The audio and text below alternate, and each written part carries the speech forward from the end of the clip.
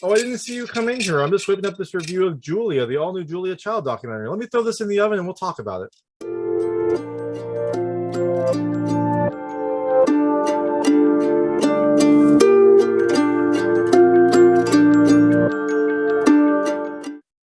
Hello, everyone. Sorry, I was trying to do a Julia Child voice, but I think that was more Mrs. Doubtfire. I'm here to talk to you about Julia, the all new documentary about Julia Child that comes to theaters on November. Well, it's already in LA and New York, and it came to theaters in the DC area and a few wider markets on November 19th, 2021. So it should be available in most places. If you have it around you, I think you should definitely check it out. It's a really interesting documentary about Julia Child. And look, like I know Julia Child just from kind of culture growing up, but I didn't know much about her until watching this documentary. And I didn't realize kind of how influential she was and kind of what her life was like how the trajectory of her life.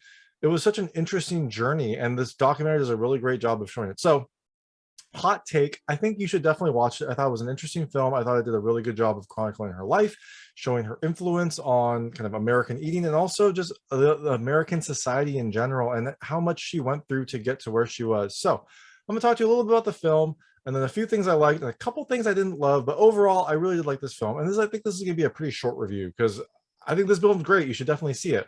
So Julia is a documentary about Julia Child, who is the iconic TV chef. She kind of brought cooking to the masses in America. She showed people how easy it was to cook. And what I loved about this film is that it starts with this great historical perspective, and that what that does, it shows just kind of how different American food culture was before Julia and after Julia. It was really interesting to see.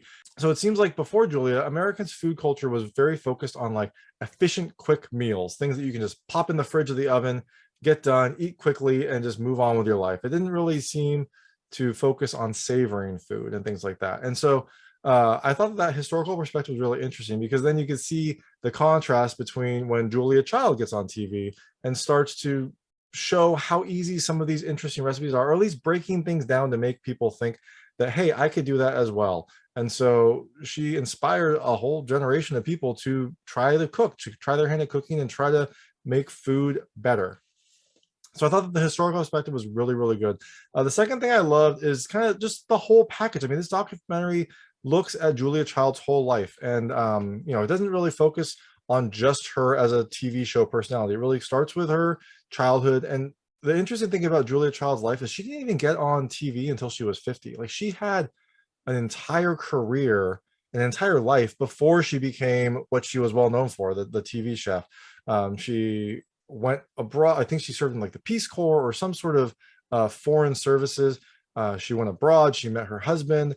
They lived in many countries. They eventually lived in France, where she learned how to cook. And all this was happening. And then where she learned how to, they eventually lived in France, where she learned how to cook. And then she spent 12 years writing her book, the Mastering the Art of French Cooking, which is an iconic book, but it took her a very long time to boil these recipes down, to trial and error them, to convert these French recipes she was learning into something that would be easy to digest for an American audience.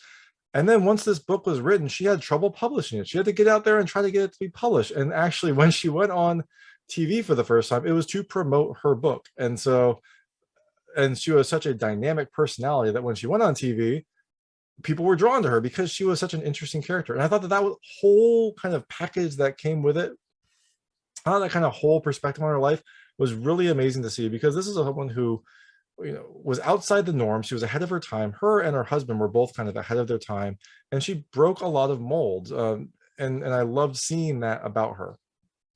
And the last thing I loved, kind of ties in with the kind of the whole package, is kind of just the uniqueness of this person. Like she was a very unique individual, and it was fascinating to watch her life on screen. She was this tall, strong-willed, kind of energetic person, and she had this kind of larger-than-life personality, this kind of way of cooking that drew people in, and this kind of just utter love of what she was doing. And it was really fun to just see this very interesting person on the screen, and just to see just kind of what her life was like.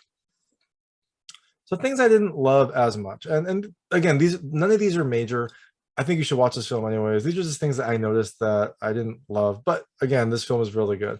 The first is that there's a lot of really good historical information for Julia Child and especially her relationship with her husband Paul.